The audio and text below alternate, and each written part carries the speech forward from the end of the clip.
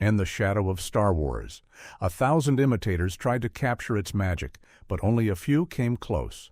Some were bold experiments, others were blatant cash grabs, yet a handful became cult treasures in their own right. Imagine forgotten galaxies, low budgets, and fearless ambition colliding on screen. These are the 13 Star Wars ripoffs that are actually worth watching. Number 13. Battle Beyond the Stars, 1980. When Roger Corman decided to ride the Star Wars wave, he did it his own way. Battle Beyond the Stars was marketed as a cheap imitation, yet it became one of the most beloved B-movies in sci-fi history. With a budget that could barely buy a single Star Wars spaceship, it somehow created its own cosmic universe. The film tells the story of Shad, a young farmer who recruits a group of mercenaries to defend his planet from an evil warlord. The plot mirrored The Magnificent Seven, more than Star Wars, yet the tone, the laser battles, and the heroic music made it feel like a distant cousin to George Lucas's epic. Critics mocked its recycled plot and bargain bin effects, but fans saw charm where studios saw chaos. Behind the scenes, James Cameron cut his teeth on this film, working on the special effects. It became a training ground for future Hollywood legends. Over the years, Battle Beyond the Stars found its audience among VHS collectors and late-night cable fans. It was proof that heart and creativity could shine through cardboard sets and model kits. It may have been born in imitation, but it lived on as an act of pure invention. Number 12. Star Crash, 1978. Before special effects were digital, before budgets ballooned, there was Star Crash, a delirious Italian homage to Star Wars. It was a film so bizarre it seemed made from the dreams of a child who watched Star Wars and tried to recreate it from memory. The story follows Stella Star, a space outlaw who teams up with her robotic companion to rescue a prince from an evil count. There are lightsabers of sorts, space battles with painted backdrops, and even a pre-Knight Rider David Hasselhoff wielding laser weapons. When it premiered, audiences didn't know whether to laugh or cheer. Critics called it incoherent, but fans called it fearless. It was colorful, chaotic, and hypnotic. The film's director, Luigi Cozzi, claimed it was meant to be fantasy, not science fiction, a storybook in space. Production was riddled with money problems and censorship concerns. American distributors demanded cuts, while European censors objected to its violence and strange imagery. Yet Star Crash refused to die. Over time, it became a cult favorite among those who love films that dared to be weird. It may have borrowed the stars, but it built its own galaxy of glitter and madness. Number 11. The Last Starfighter, 1984. While not a copycat in spirit, The Last Starfighter was clearly inspired by the dream Star Wars sold to a generation, the idea that anyone could be a hero. The film centers on Alex Rogan, a teenager who beats a video game only to learn it's a recruitment test for real interstellar pilots. Overnight, he's thrust into a cosmic war with alien fleets and dazzling computer effects. When it was released, the film was hailed for pioneering digital CGI years before it became common. Yet some critics accused it of chasing Star Wars glory. The truth was, it aimed higher, turning escapist fantasy into emotional coming-of-age. Behind the scenes, production pushed technology to its limit. The computer imagery nearly bankrupted the small studio. Some theaters refused to screen it, thinking audiences wouldn't accept computer graphics over miniatures. Decades later, The Last Starfighter has aged into legend. It captured the innocence of an era when arcade dreams met outer space destiny. It wasn't a rip-off. It was a heartfelt echo. Number 10. Message from Space, 1978. Japan's answer to Star Wars arrived with flashing lights and fearless imagination. Message from Space was one of the first international films to take direct inspiration from Lucas's galactic saga. It was loud, colorful, and unashamedly dramatic.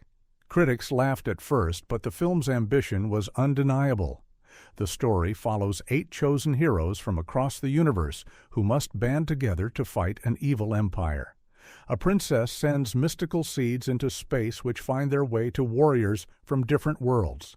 Sound familiar? That was the point.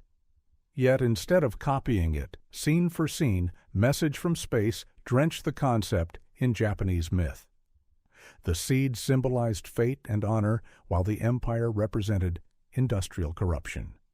Director Kinji Fukasaku, who would later make Battle Royale, treated the film like a space opera crossed with a samurai epic. Ships glided like swords clashing in space duels. The production faced intense scrutiny for mimicking Star Wars too closely. Toei Studios poured a fortune into sets and miniatures, but the special effects crew struggled to meet the impossible standard Lucas had set just a year earlier. When it opened in Japan, it was a sensation. Children adored it while critics sneered. In America, it was marketed as a curiosity, yet gained cult traction through television broadcasts. Over time, its hyperactive energy, its glowing armor, and mythic sense of destiny turned it into a cult phenomenon. Message from Space reminded audiences that imitation isn't always theft.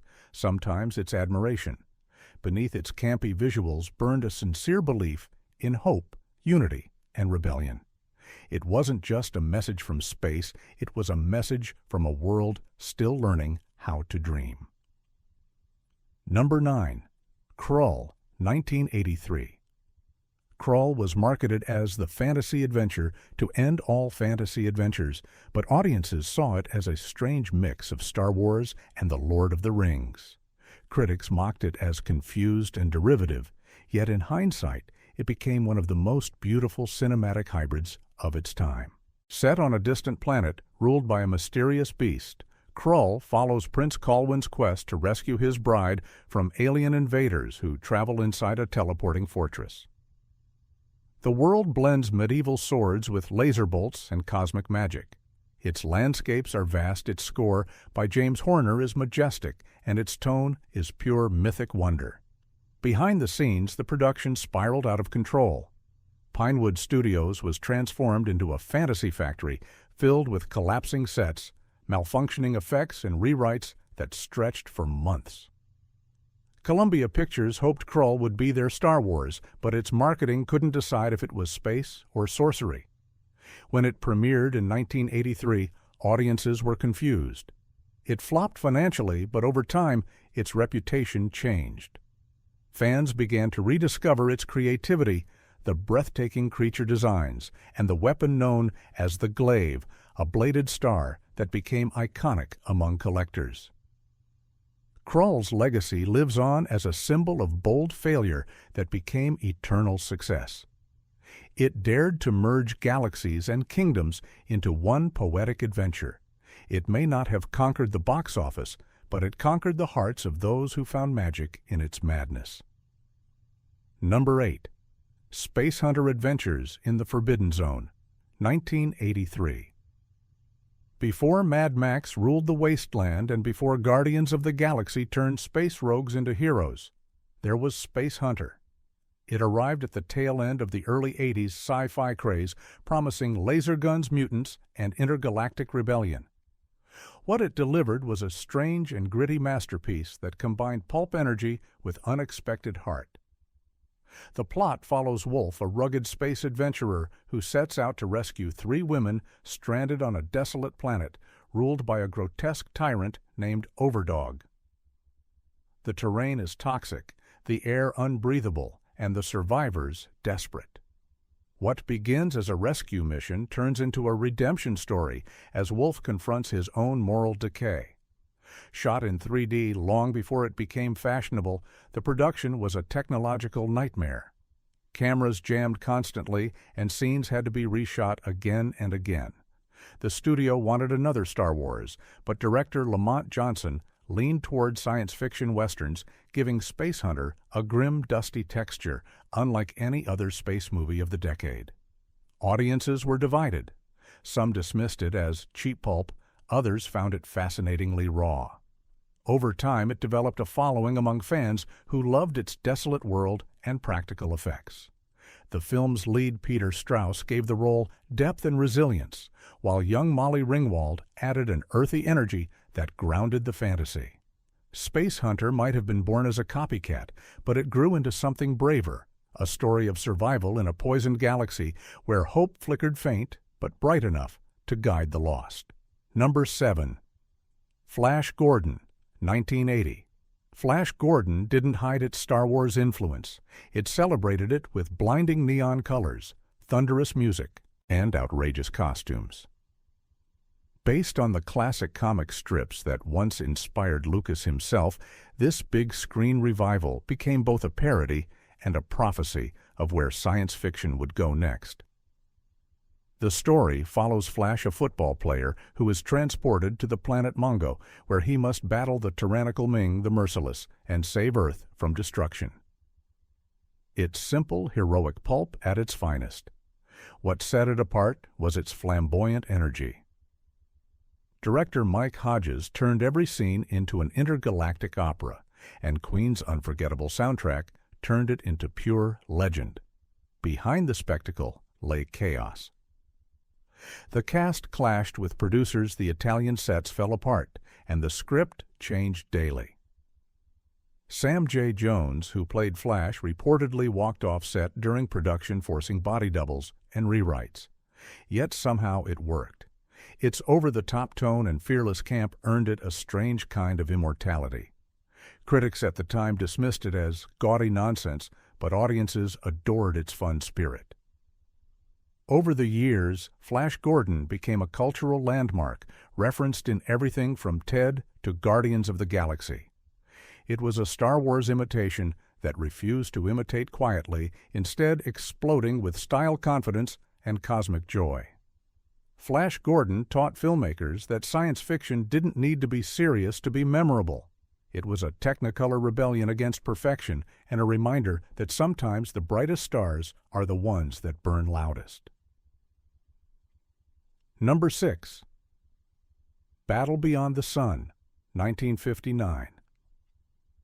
Long before Star Wars, there was a strange Soviet space film that would later be transformed into one of Hollywood's earliest cosmic knockoffs. Battle Beyond the Sun began as a serious Soviet production called Nebo Zovyot, but when Roger Corman acquired the U.S. rights, he hired a young filmmaker named Francis Ford Coppola to re-edit and reshoot it for American audiences. The original story followed two nations competing to reach Mars, a political allegory wrapped in futuristic design. But Coppola turned it into something entirely new. He inserted alien monsters stock footage and wild effects, creating an early example of space opera in the West. The result was both absurd and fascinating. Critics called it chaotic, but audiences were intrigued by its surreal combination of ideology and imagination. It played like a dream where propaganda met pulp adventure. Censors in both countries were uneasy. The Soviets disliked the edits, and American distributors feared its political undertones. Despite the confusion, Battle Beyond the Sun gained a life of its own. It was screened at drive-ins throughout the 60s, influencing low-budget sci-fi filmmakers who would later shape the 70s explosion of space cinema. Coppola himself would go on to direct The Godfather, but traces of his experimental editing in this film show a young mind learning how to bend reality through art.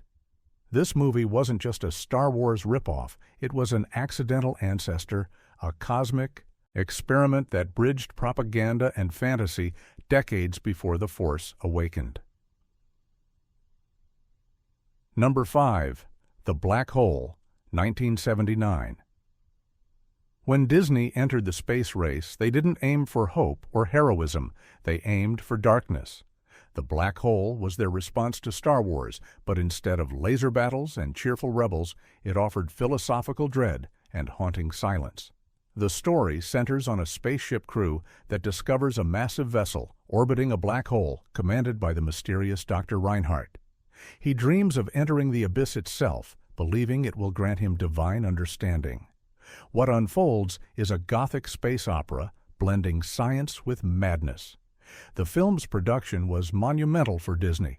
It was their most expensive project at the time and their first to feature computer-assisted effects. Yet the tone shocked audiences expecting family-friendly adventure. The ending was especially disturbing, hinting that the characters' souls were trapped in eternal cosmic judgment. Critics were baffled. Some praised its ambition, others condemned its darkness. The studio panicked, but refused to alter it.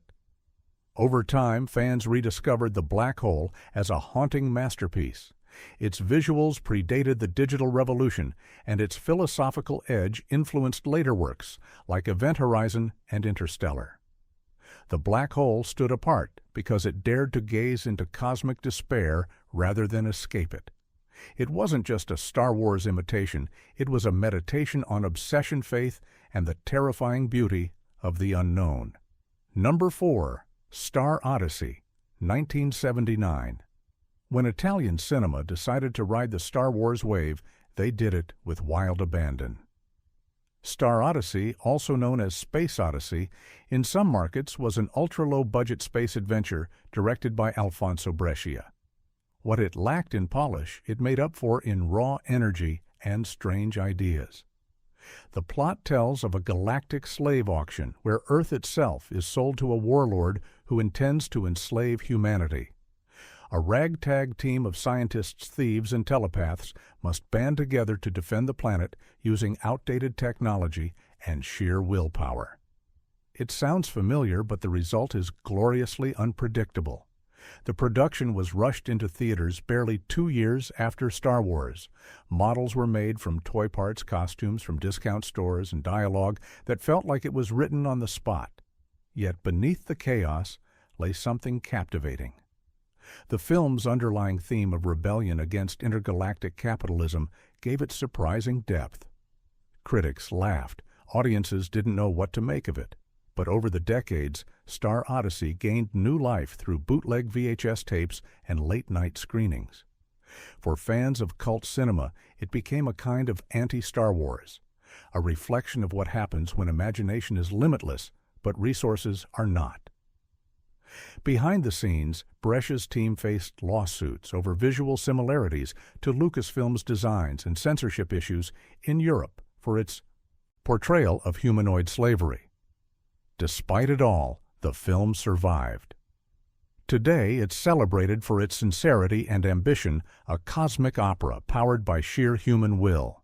Star Odyssey proved that imitation can sometimes create unintentional art, a chaotic mirror of the blockbuster that inspired it. Flawed, fearless, and strangely human. Number 3. Saturn III, 1980. Few Star Wars-inspired films were as strange and controversial as Saturn III. Produced by Stanley Donen, the legendary director of Singin' in the Rain.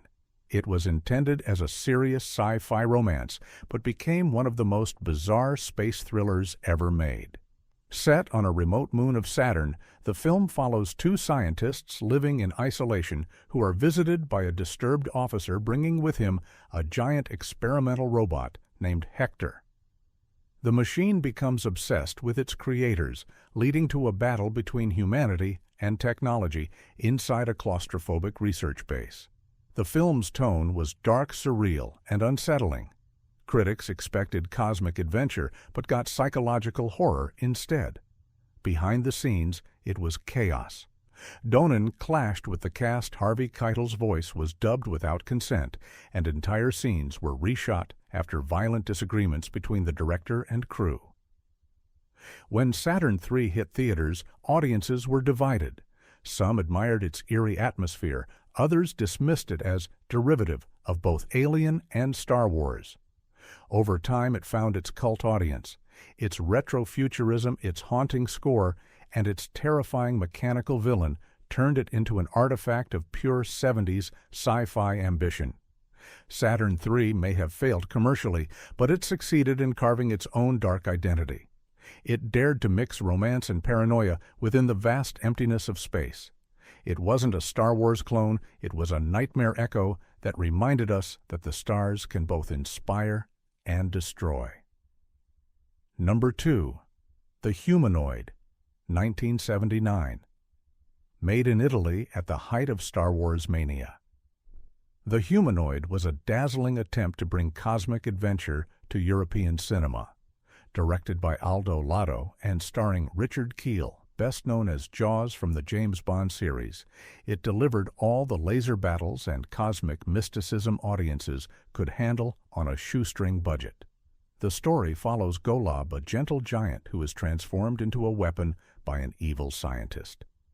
Set on the planet Metropolis, it features a heroic princess, a psychic boy, and even a cloaked villain in black armor. Its resemblance to Star Wars was so direct that lawsuits were threatened but never filed. Behind the camera, chaos reigned. Lotto clashed with producers over tone, the budget evaporated mid-shoot, and Kiel nearly quit over long hours in heavy armor. Yet despite the madness, the film somehow looked stunning. It used Italian locations like Sardinia to double as alien worlds and featured elaborate miniatures that rivaled Hollywood effects of the time. Critics dismissed it, but cult audiences loved its operatic style. For years, it was nearly impossible to find except in grainy television copies. When restored decades later, fans discovered its charm, sincere performances, haunting music, and a sense of wonder that transcended imitation. The Humanoid remains one of the purest examples of European cinema's Star Wars obsession. It wasn't parody, it was passion turned into spectacle. It showed that the hunger for heroism and hope wasn't limited to one galaxy far, far away. Number 1. Spaceballs, 1987. When Mel Brooks set out to parody Star Wars, he didn't just make fun of it, he honored it. Spaceballs became the ultimate Star Wars rip-off that transcended imitation by embracing laughter as a weapon. It mocked everything from the Force to merchandising, yet it did so with affection that even George Lucas admired. The plot follows Lone Star, a space mercenary, and his half-man, half-dog companion Barf as they rescue Princess Vespa from the evil Dark Helmet and the corrupt President Scroob. Along the way, they encounter Yogurt, a wise master of the Schwartz, who teaches them that true power lies not in the stars, but in the self. Behind the comedy, there was innovation. Brooks secured Lucas's blessing under one condition: that Spaceballs would never make toy merchandise. The sets were enormous, the effects surprisingly polished, and the cast led by Bill Pullman, Rick Moranis, and John Candy played their absurd roles with sincerity.